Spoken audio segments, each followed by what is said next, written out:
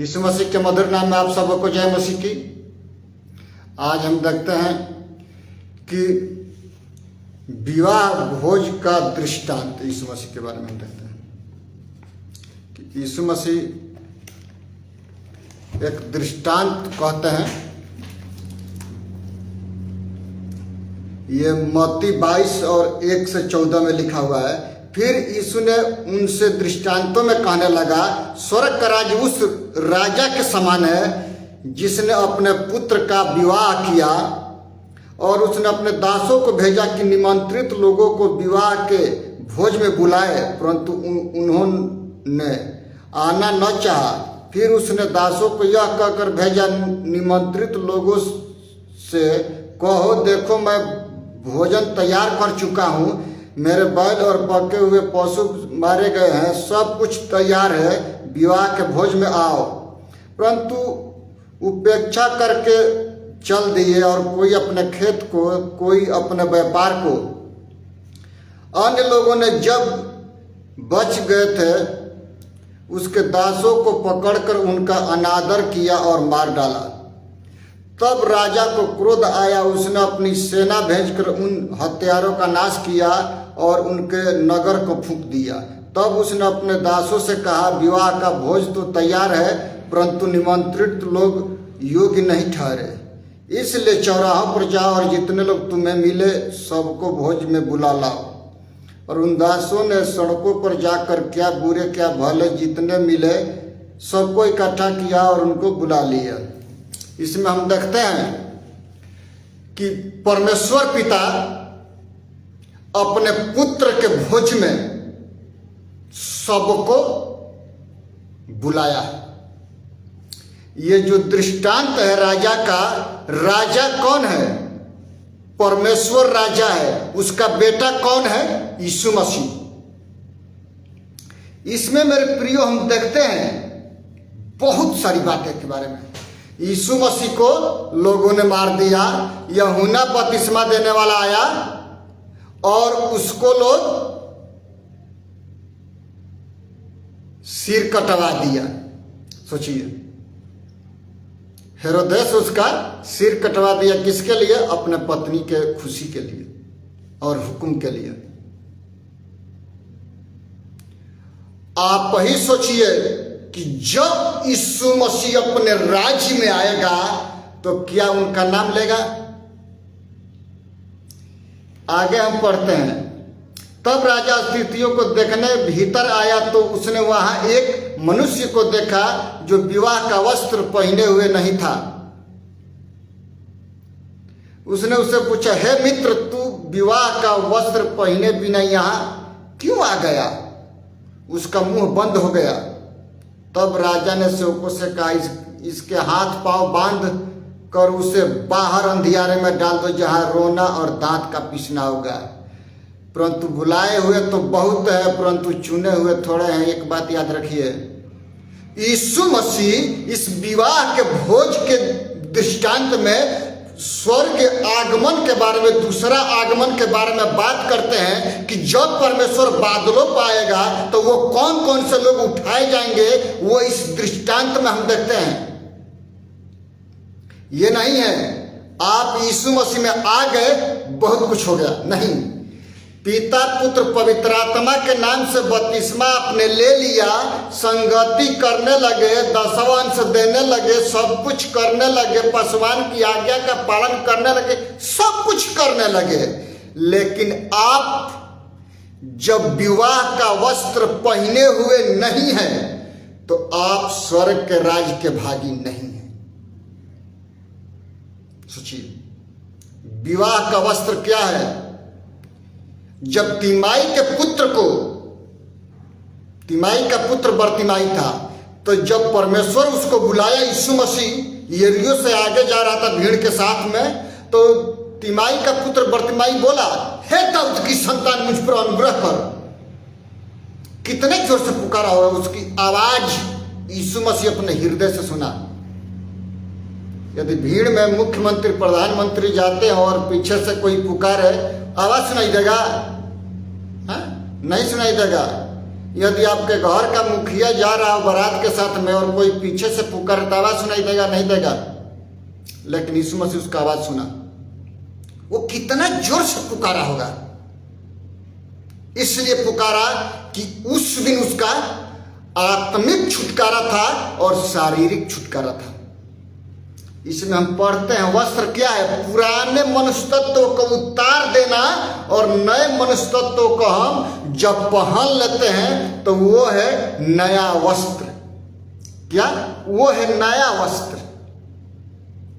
जब हम यीशु मसीह के साथ मारे जाते हैं, गाड़े जाते हैं और तीसरे दिन जब मृतकों में से जी उठते हैं तो हम पुराने मनुष्य तत्वों को पानी में ही दफन कर देते हैं और नए मनुष्य तत्वों को हम पहन लेते हैं। और उसको पहन करके घमंड से नहीं रहना है, दिन प्रतिदिन रिन्यूअल करने की जरूरत है और बदलने की जरूरत है। तब जा करके हम स्वर्ग के परमेश्वर के पास में, स्वर्ग राज्य में हम प्रवेश कर सकते हैं। मेरे प्रियो, यहाँ पर राजा बोलता है कि भाई आप शादी का वस्त्र पहने हुए नहीं हैं, आप क्यों आए यहाँ पर? अपने चेलों को हुक्म दिया, इसको हाथ पर बांधो और डालो इसको जेल खाने में, जहाँ पर दांत पीसना हो। मैंने कहने का अर्थ है कि इसको नरक के कुंड में डाल, क्योंकि ये अयोग्य है। जब हम मत्ती 25:1 से आगे हम पढ़ते हैं, 12-13 तक के पढ़ते हैं, 5 मूर्ख, 5 समझदार, 5 विवाह का वस्त्र पहने हुए है, 5 विवाह का वस्त्र नहीं पहने हुए है। मेरे प्रियो, वो लोग बोलता है कि प्रभु मेरे तेरे नाम से ये क्या आश्चर्य कर्म किया, भविष्यवाणी किया, ऐसा क्या वैसा क्या। यीशु मसीह कहेगा मैं तुम्हें जाना ही नहीं। तब मेरा और आपका प्रतिक्रिया क्या होगा? इसमें हम पढ़ते हैं कि यीशु मसीह स्वर्ग के राज्य के बारे में ये दृष्टांत कहते हैं कि चुने हुए तो बहुत हैं, बहुत को परमेश्वर ने चुना, अपने पास बुलाया, और बुलाए हुए भी बहुत हैं, चुने हुए भी हैं। लेकिन उनमें से किसको परमेश्वर अच्छी तरह से चुना है वो खुद आप जानते हैं, वो बताने की जरूरत नहीं है। एक मनुष्य जानता है कि वो कहाँ जाएगा, वो अपने पापों के बारे में जानता है। दाऊद जब कहता है परमेश्वर के हजूरी में जब पाप कर दिया, तो जब नातान नबी उसके पास आते हैं, कहता है कि तूने ये गलती कर दिया, वो मुंह के बल गिर गया और कराह उठा कि हे परमेश्वर, अपना आत्मा को मुझसे अलग मत कर, मैं मर जाऊंगा। आज हम ऐसे घनिष्ठता के साथ प्रार्थना नहीं करते हैं। हम क्या सोचते हैं? मेरी बीवी, मेरी गाड़ी, मेरी कलीसिया, और जो छतरी का होता है ना उसका डंठल लोग करते हैं। वैसा नहीं करना है, क्योंकि कलीसिया आपका नहीं है। मेरा भी चर्च है, तो जितने चर्च में लोग आते हैं वो हमारे नहीं हैं, वो यीशु मसीह के हैं। हमारा पृथ्वी पर हमारा शरीर नहीं है, सब यीशु मसीह का दिया हुआ दान है। तो हम वो अपना कैसे हम कह सकते हैं हमारा है, वो हमारा है?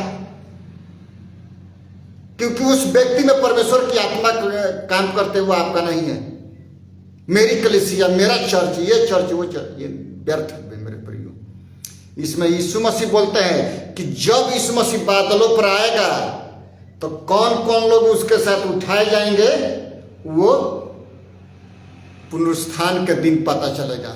जितने मसीह में मरे हुए हैं और जितने शादी का वस्त्र पहन करके मरे हैं, वो सब परमेश्वर के साथ में उठाए जाएंगे। मेरे प्रियो, जितने लोग अपना चरित्र, अपना करेक्टर, अपना बोलचाल, अपना देखना, उठना, बैठना परमेश्वर के पवित्रताई के साथ में बिताया है, वो लोग परमेश्वर के राज्य के भागी होंगे, वो लोग भोज के भागी होंगे। यहाँ पर लिखा है कि जितने लोग वो आमंत्रित किया गए वो अयोग्य ठहरे। यीशु मसीह आया, सदूकी फरीसी लोग उनको कलवारी के क्रूस पर चढ़ा दिए। सोचिए, वो क्या बोले? इसके खून का लेखा हमारे संतानों पर आने दे। अपने संतान को वो लोग शरापित करके चले गए। यदि हम और आप गलती करते हैं, संतान को पाप में ढकेलते हैं, गुनाह में ढकेलता है मेरे प्रियो। क्योंकि मनुष्य जैसा बोएगा वैसा ही काटेगा। यदि आत्मा के लिए बोता है मेरे प्रियो, आत्मा की कटनी काटेगा। शरीर के लिए वो शरीर के लिए बोता है तो शरीर के लिए कटनी काटेगा। जैसा बोएगा वैसा ही काटेगा।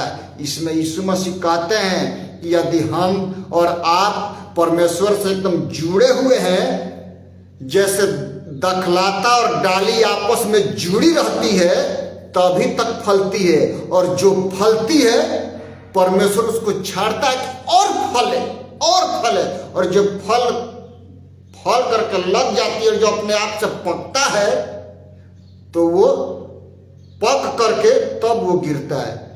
जो फल अधपके गिर जाता है वो परमेश्वर के राज्य से हट करके वो नरक के कुंड में जाता है। क्योंकि वो भोग विलास करके अपने धन की बहुतायत के कारण, धन के घमंड में, शारीरिक के घमंड में, आंखों की अभिलाषा में, जीविका के घमंड में वो गिर गया और वो नष्ट हो गया। हमारा फल जब फलता है तभी बरकरार रहता है और हम बहुत सारा फल लाते हैं। और जब फल फलता नहीं है तो हम फल लाते नहीं मेरे प्रियो। हम परमेश्वर के वचन में देखते हैं कि यदि आप घर पर किसी व्यक्ति के लिए प्रार्थना करते हैं तो वो व्यक्ति इंडिया के बाहर भी है, चंगाई पाता है, आपका फल बन गया। विश्वास में वो आ गया। अपना सब कुछ आपने बता दिया उसको, चाहे वो माने या न माने, स्वतंत्र इच्छा है। भारत में हम स्वतंत्र है, स्वतंत्र परमेश्वर ने किया है। आप जो चाहो सो मानो, लेकिन याद रखना है कि न्याय के दिन न्याय करूंगा। वो न्याय यहोवा के भवन से चालू होता है मेरे प्रियो। हमको घमंड करने के लिए हमारा शरीर नहीं है, हमारा पृथ्वी पर कुछ नहीं है घमंड करने के लिए। घमंड करना है तो यीशु मसीह में हम उसको जानते हैं, मानते हैं और उसके साथ घनिष्ठ मित्रता करते हैं कि वो स्वर्ग की बातें पवित्र आत्मा के सामर्थ्य से हमारे पर उंडेले, कि हम वो सारी बातें अपने लोगों को, अपने कलीसिया को, अपने मित्रों को हम बता सके कि परमेश्वर आपके लिए ऐसा ऐसा काम करने जा रहा है। कब? जब आप पुकारेंगे तब परमेश्वर काम करता है। ऐसे ही परमेश्वर काम नहीं करता। एक आयत हम पढ़ लेंगे, रोमियो 12 अध्याय और उसका 1 और 2 पद। इस प्रकार से लिखा है, इसलिए भाइयों मैं तुमसे परमेश्वर की दया का स्मरण दिलाकर विनती करता हूं कि अपने शरीरों को जीवित और पवित्र और परमेश्वर को भावता हुआ बलिदान करके चढ़ाओ, यही तुम्हारी आत्मिक सेवा है। इस संसार के सदृश न बनो, परंतु तुम्हारे मन के नए हो जाने से तुम्हारा चाल चलन भी बहुत बदलता जाए, जिससे तुम परमेश्वर की भली और भावती और सिद्ध इच्छा अनुभव से मालूम करते रहो। क्या? अनुभव से मालूम करते रहे। अनुभव से दिन प्रतिदिन बदलने की जरूरत है। अपने हृदय को दिन प्रतिदिन परमेश्वर के चरणों में बैठ करके और परमेश्वर से प्रार्थना करने की जरूरत है कि प्रभु जी हमने दिन भर में जो भी किया हमारे अपराधों को मिटा दे, क्योंकि तू धर्मी है, हम अधर्मी है पिता, हम पर अनुग्रह कर। इसमें हम पढ़ते हैं कि बुलाए हुए बहुत हैं, चुने हुए थोड़े हैं। ये नहीं है कि हम चुने हुए नहीं। चुने हुए कब होंगे? बुला लिया परमेश्वर अपने स्वर्ग राज्य में, अंधकार में से ज्योति में परमेश्वर ने बुला लिया बहुतों को, लेकिन क्या किए? वो घमंड कर दिए और डिस्टर्ब हो गए। देखिए का वचन हम पढ़ लेंगे, पहला पत्र 2 अध्याय के हम पढ़ेंगे 9 पद। इस प्रकार से कह रहा है इसमें 9 पद में, पर तुम एक चुना हुआ वंश और राजपदधारी याजकों का समाज और पवित्र लोग और परमेश्वर की निज प्रजा हो। इसलिए जिसने तुम्हें अंधकार में से अपनी अद्भुत ज्योति में बुलाया है उसका गुण प्रकट करो। किस लिए बुलाया? अंधकार में से ज्योति में परमेश्वर बुलाया है। यहाँ पर शादी के वस्त्र के बारे में है। यदि हम शादी का वस्त्र पहने हुए नहीं है तो समस्या मेरी और आपकी है मेरे प्रियो। फर्स्ट बात, इस भोज में जितने लोगों को राजा आमंत्रित किया वे अयोग्य ठहरे। कुछ सेवकों को भेजा, वे लोग अनादर करके उनको मार डाला। यूहन्ना बपतिस्मा देने वाला आया प्रभु का मार्ग तैयार करने के लिए, उसका सिर लोग कटवा दिया, मर गया। यीशु मसीह ने अपना प्रचार आरंभ किया, उसको लोग मार डाला कि ये तो उत्तराधिकारी है। अब आप सोचिए कि जब यीशु मसीह अपने स्वर्गदूतों के साथ दूसरे आगमन में आएगा तो वो क्या करेगा, वो हम और आप जानते हैं। यदि हम और आप अपने लोगों में, अपने भाइयों में यदि प्रभु यीशु मसीह का नाम लेने से मेरे प्रिय शर्म करते हैं तो प्रभु यीशु मसीह अपने पिता के सामने मेरा और आपका नाम लेने से शर्म करेगा। इसमें हम पढ़ते हैं घनिष्ठ संबंध के बारे में।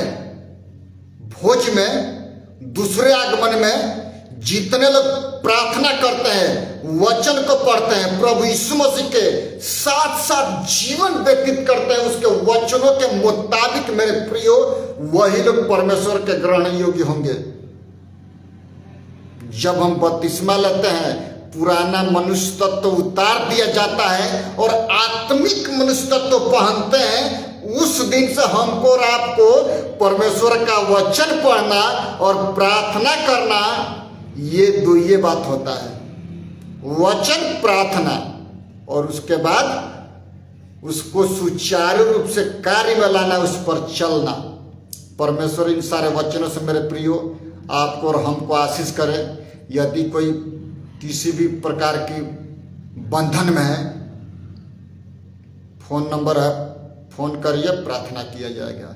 यदि कोई बीमारी के हालत में है, परमेश्वर उसको छुटकारा दिया। यदि कोई काम धंधा के तलाश में है, परमेश्वर से पुकारे, परमेश्वर उसकी आवाज सुनेगा, उसके जीवन में अद्भुत से काम होंगे, उसको काम मिल जाएगा मेरे प्रियो। पुकार करके देख कि मैं करता हूं कि नहीं। परमेश्वर कहता है मांगोगे तो दिया जाएगा, ढूंढोगे तो पाओगे, खटखटाओगे तो तुम्हारे लिए स्वर्ग का दरवाजा खोला जाएगा। प्रभु इन सारे वचनों से हमको और आपको आशीष करे। आइए प्रार्थना करते हैं। प्रभु जी धन्यवाद करते हैं, महान प्रभु जी, आपके दिए हुए छुटकारे के लिए पिता, और नए दिन जो हमारे जीवनों में पिता जोड़ा है पिता, हम आपको धन्यवाद करते हैं। जितने लोग देखते हैं पिता, उनके जीवन को आप संभालिए पिता, उनके मन को परिवर्तन आप कीजिए पवित्र आत्मा। महान प्रभु जी, यदि कोई बीमारी के हालात में पिता आप छुटकारा दीजिए, यदि कोई काम की तलाश में है पिता, अच्छा से अच्छा काम मिलने में आप मदद सहायता कीजिए, उनके मनोकामनाओं को आप पूरा कीजिए पिता। भारतवर्ष के शासन व्यवस्था को, और पिता सरहद पर बीएसएफ के जवान जो बॉर्डर पर रखवाली करते हैं पिता, सबसे बड़ा रखवाला आप हैं पिता। सबों की जिंदगी को आप बचा के रखें पिता। फायत रिवाइवल चर्च के एक विश्वासी भाई बहनों को, रेवरेंड अजय डेविड को आपके हाथों में देता है, आप आशीष कीजिए पिता परमेश्वर। उनके जीवन में पिता आप कार्य करें महान प्रभु जी। पूरे बीकानेर शहर आपके परमेश्वर के महिमा के ज्ञान से ऐसे भर जाए जैसे समुद्र जल से भरा होता है पिता। धन्यवाद करते हैं, सारा आदर महिमा आपको देते, उद्धार करता प्रभु यीशु मसीह के नाम से मांगते हैं, आमीन। यीशु मसीह का अनुग्रह, परमेश्वर पिता का प्रेम और पवित्र आत्मा की संगति और सहभागिता अब से लेकर के आने वाले दिनों तक होती रहे, आमीन। सबको जय मसीह की। प्रभु आप सबों को आशीष दे।